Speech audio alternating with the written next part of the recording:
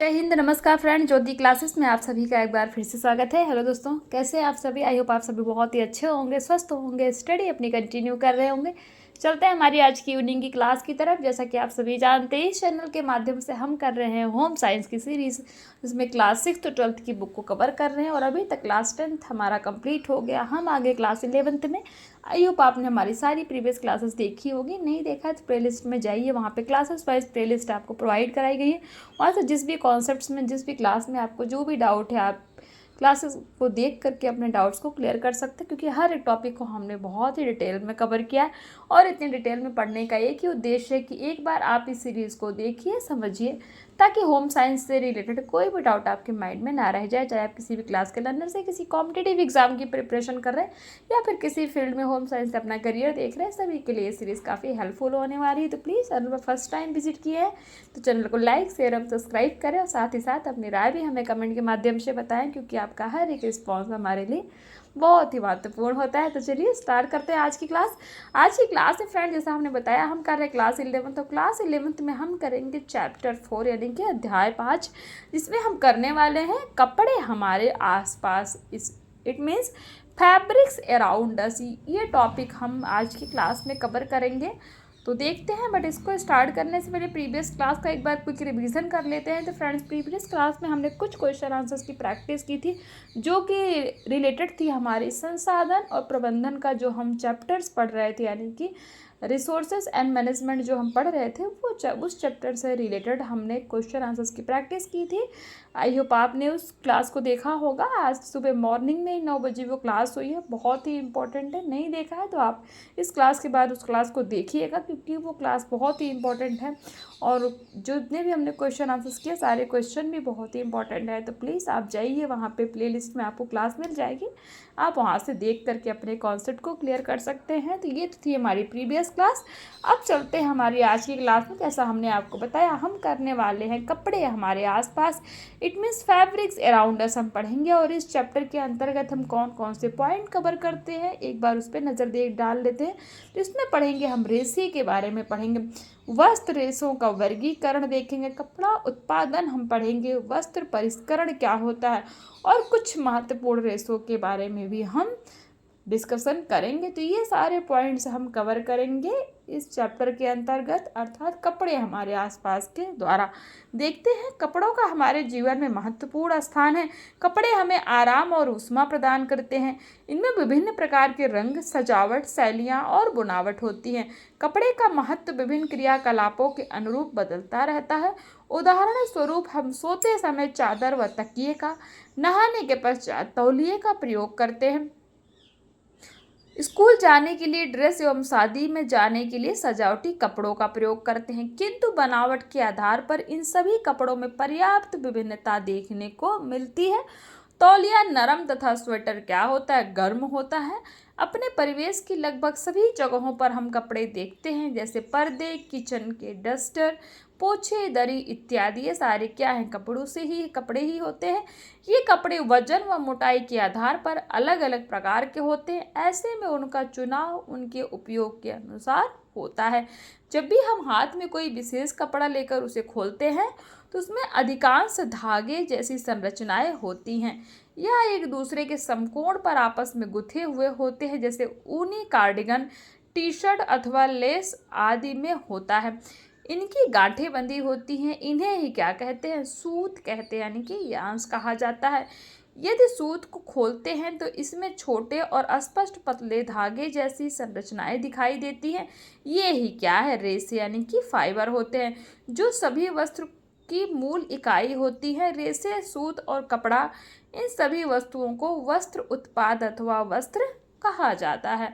तो आपने देख लिया सूत और रेशे में क्या डिफरेंस है।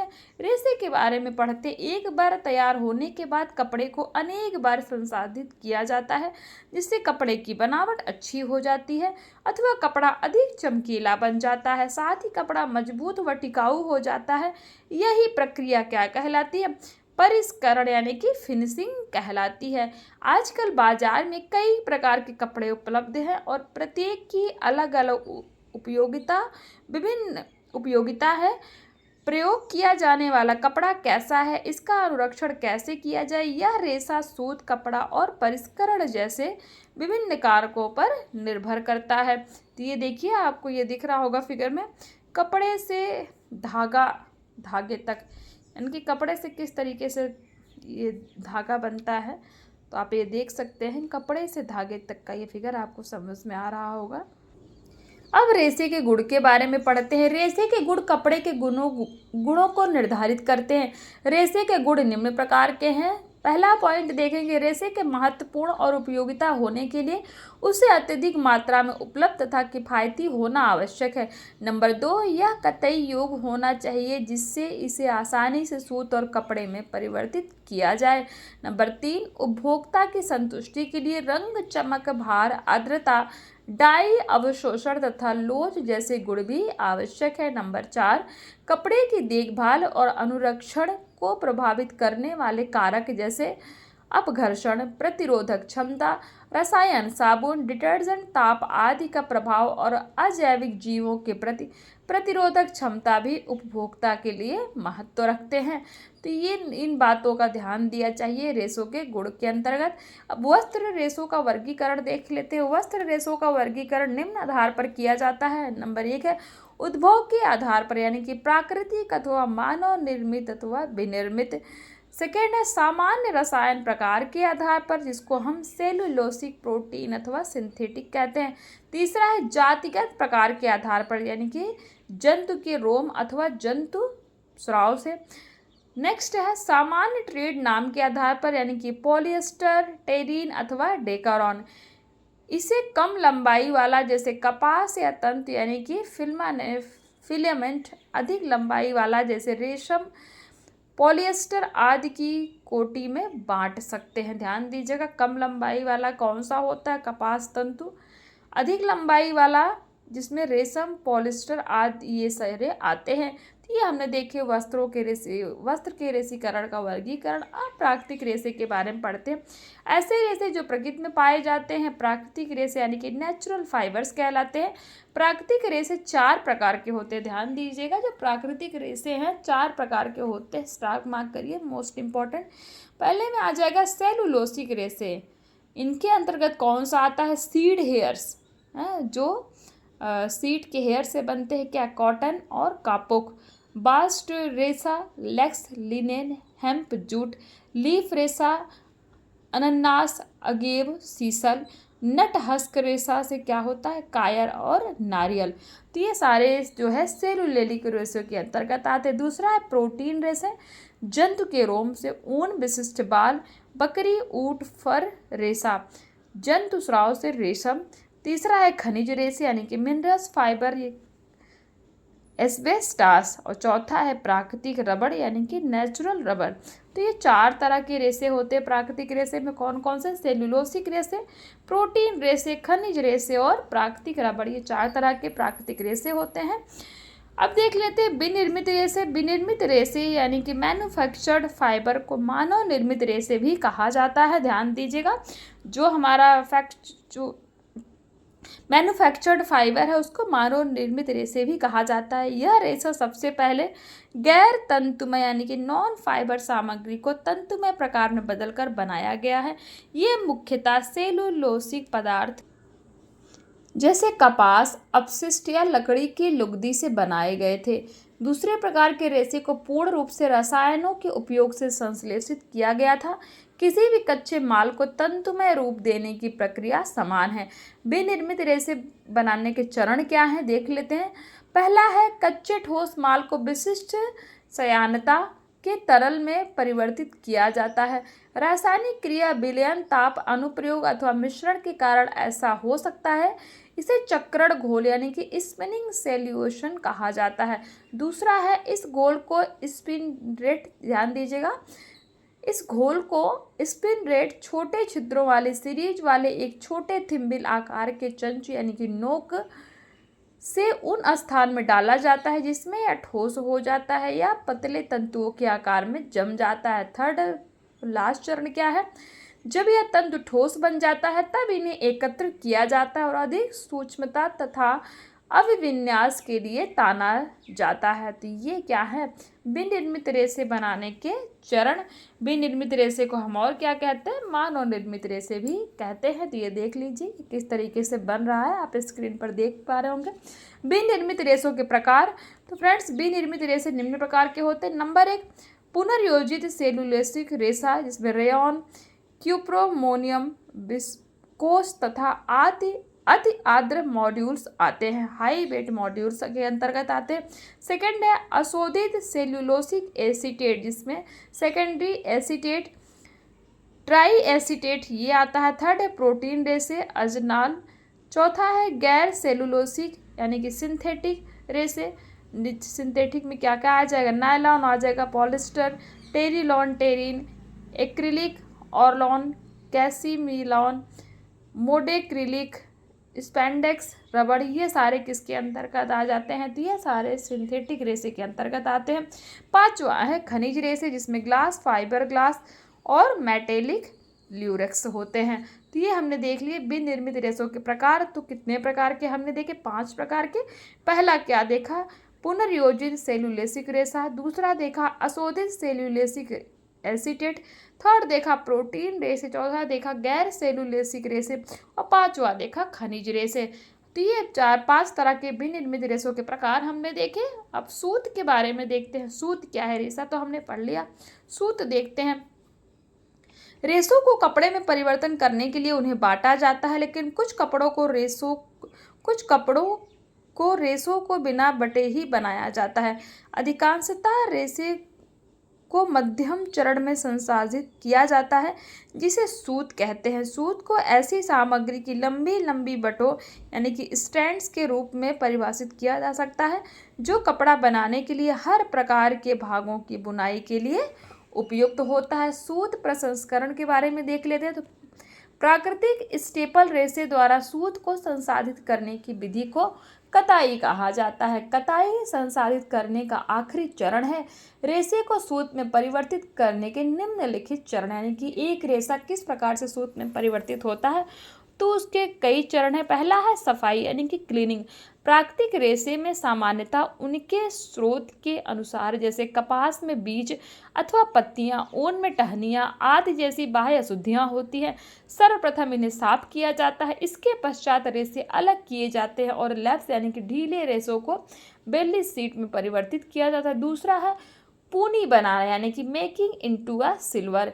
इसमें लैप्स को खोला तथा उन्हें सीधा किया जाना शामिल है। इस प्रक्रिया को धुनना यानी कि कार्डिंग और झाड़न यानी कि कोम्बिंग कहा जाता है।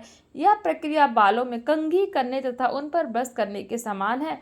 कार्डिंग में रेशे अलग किए जाते हैं और उन्हें सीधा एक दूसरे के समांतर रखा जाता है। अच्छे कपड़े के लिए लैम्प्स की धुनाई के बाद उसकी कॉम्बिंग की जाती है यानी कि कंघी की जाती है, जिससे छोटे छोटे रेशे निकल जाते हैं तथा रेशा और भी अच्छा हो जाता है। इसके बाद लैप को कीप के आकार की यंत्र द्वारा निकाला जाता है, जिससे इसकी पूनी बनाने में सहायता मिलती है। पूनी खुले रेशों की रस्सी जैसा ढेर होता है, जिसका व्यास 2 से 4 सेंटीमीटर तक का होता है। तो ये देखिए आपको ये स्क्रीन पर दिख रहा होगा रेशा बनाने की प्रक्रिया, यानी कि एक रेशे को सूत में किस तरीके से परिवर्तित करते हैं। सूत बनाने की प्रक्रिया आपको स्क्रीन पर दिख पा रही होगी। तीसरा है तनुकरण यानी कि तानना और बटना, जिसको हम क्या बोलते हैं इंग्लिश में, एटेनवेटिंग, ड्रॉइंग आउट एंड ट्विस्टिंग। रेशे को लंबे तंतुओं में परिवर्तित कर इन्हें आवश्यक आकार में बदलने की प्रक्रिया को ही क्या कहते हैं, तनुकरण कहा जाता है। रेशों को समान आकार देने के लिए कई पूनियों को जोड़ा जाता है, फिर इन्हें धीरे धीरे से ताना जाता है, जिससे वे लंबी और बेहतर हो जाए। मिश्रित सूत की आवश्यकता जैसे कॉटन और ऊन होने पर इसमें विभिन्न रेशों की पूनियों को एक साथ जोड़ा जाता है। फलस्वरूप प्राप्त होने वाली पूनी प्रारंभिक पूनी के समान ही होती है। तानने के बाद पूनी को रोविंग मशीन यानी कि पूनी बनाने वाली मशीन में रखा जाता है। वहाँ इसे तब तक तनु किया जाता है जब तक यह अपने मूल व्यास यानी कि 1/4 से लेके 1/8 के माप की ना हो जाए। रेशों को जोड़ने के लिए इसे और बटा जाता है। इसके बाद कताई की जाती है जिसमें तंतु को सूत का आकार दिया जाता है। इसे शुद्धता के लिए और भी फैलाया जाता है तथा इच्छित मात्रा में गूंथा जाता है और शंख यानी कि कोण पर लपेटा जाता है। सभी विनिर्मित रेशों को पहले तंतु के रूप में तैयार करते हैं। एक तंतु से भी सूत बना सकते हैं या बहुत सारे तंतुओं को एकत्रित कर और उन्हें आपस में गूंथ कर एक सूत बनाया जा सकता है। तंतु को स्टेपल लंबाई के रेशों में काटना भी संभव हो सकता है। इसके बाद प्राकृतिक रेशों की तरह इनकी कताई की जाती है। इसे काता हुआ सूत यानी कि स्पन सूत कहते हैं। जब मिश्रित कपड़ा सम्मिश्रण की आवश्यकता होती है तब स्टेपल लंबाई के रेशों की भी आवश्यकता होती है। तो ये आपने देखा, क्या देखा कि रेशों को सूत में परिवर्तित करने की प्रक्रिया यानी कि उनका चरण देखा। हमने क्या देखा, पहले क्या है, रेशों की सफाई करना है, फिर उसकी पूनी बनाना है। थर्ड में हमने देखा तनुकरण, तानना और बांटना देख लिया। तो ये इसकी प्रक्रिया है। तो इस प्रकार से फ्रेंड्स रेशे को सूत में परिवर्तित किया जाता है। अब सूत संबंधी पारिभाषिक शब्दावली देख लेते हैं। सूत संख्या, धागे की रीलों को लेबल पर 20, 30, 40 आदि संख्याएं लिखी होती है। आपने देखा होगा ना, जो धागे का वो जो धागा होता है, रील देखिए ना, तो उस पर लिखी होती है ना, कहीं 20, कहीं 30, कहीं 40 संख्या लिखी होती है, जिनसे धागे की गुणवत्ता का पता चलता है। जिस रील पर अधिक संख्या लिखी होगी वह अधिक गुणवत्ता की होती है। रेशे के भार और उनसे बनाए गए सूत की लंबाई के बीच एक निश्चित संबंध है। इसे सूत संख्या कहा जाता है, जो सूत के अच्छे बुरे गुण का सूचक है। सूत की बटें, रेशों को सूत में बदलते समय रेशों को साथ जोड़ने के लिए बटें बनाई जाती हैं। इन्हें ट्विस्ट प्रति इंच, TPI या बटें प्रति इंच कहते हैं। ढीले बटे सूत मुलायम और ज़्यादा चमकीले होते हैं, जबकि कसकर बटे गए सूत में लकीरें होती हैं। जैसे जीन्स की डेनिम सामग्री, आप जीन्स की देखी होगी ना, किस तरीके से उसमें लकीरें आ जाती हैं। तो सूत और धागा देख लेते हैं। सूत और धागा में समानता है। कपड़े के विनिर्माण के लिए सूत शब्द का उपयोग किया जाता है, जबकि कपड़े को जोड़ने के लिए धागा शब्द का उपयोग किया जाता है। तो ये हमने देखा सूत संबंधी कुछ शब्दावली देखी। कुछ क्वेश्चन देख लीजिए। क्वेश्चन 1 कहता है हमें सोते समय किन वस्तुओं का प्रयोग करना चाहिए। क्वेश्चन 2 रेशे के गुण किसके गुणों को निर्धारित करते। क्वेश्चन 3 कहता है प्राकृतिक रेशों को एक उदाहरण द्वारा समझाइए। क्वेश्चन 4 कताई संसाधित करने का कौन सा चरण है। और 5वां कपड़े के विनिर्माण के लिए किस शब्द का प्रयोग किया जाता है। तो इसको ये कुछ क्वेश्चन है फ्रेंड्स, इसका आप स्क्रीनशॉट ले लीजिएगा। आई होप ये क्वेश्चंस आपको अच्छे से आपसे सॉल्व होंगे, आप इनको कर पाएंगे, क्योंकि ये सारे क्वेश्चन वही होते हैं जो आपको एज अ होमवर्क के रूप में दिया जाता है, जो हम पढ़ते हैं। तो अभी हमने जो पढ़ा वो सारा क्वेश्चन के रूप में आपको दे दिया गया। प्लीज़ आप इनको सॉल्व करने का प्रयत्न करिएगा और ये आपसे इजीली सॉल्व भी होंगे। नेक्स्ट हमारा जो टॉपिक होगा ये हम कवर करेंगे हमारी नेक्स्ट क्लास में, कपड़ा उत्पादन के बारे में हम पढ़ेंगे। तो आई होप जितनी भी अभी तक हमने ये इस क्लास में जितने भी हमने टॉपिक कवर किए वो सारे आपके क्लियर हो गए होंगे। फिर भी कोई डाउट रह जाता है तो कमेंट के माध्यम से आप पूछ सकते हैं। आपके हर डाउट का लेने का प्रयास किया जाएगा। बट फ्रेंड प्लीज़ क्वेश्चन किया करिए, क्वेश्चन करेंगे तभी चीज़ें पता लगेंगी कि आपको समझ में आ रही हैं कि नहीं आ रही। तो आज की क्लास को यहीं तक करते, मिलते हैं नेक्स्ट क्लास में। तब तक के लिए जय हिंद, नमस्कार। हंसते रहिए, मुस्कुराते रहिए, एक दूसरे की हेल्प करते रहिए। और हाँ, अगर क्लासेस समझ में आ रही हैं, कॉन्सेप्ट्स क्लियर हो रहे हैं तो जाते जाते चैनल को सब्सक्राइब करके अवश्य जाइए। धन्यवाद।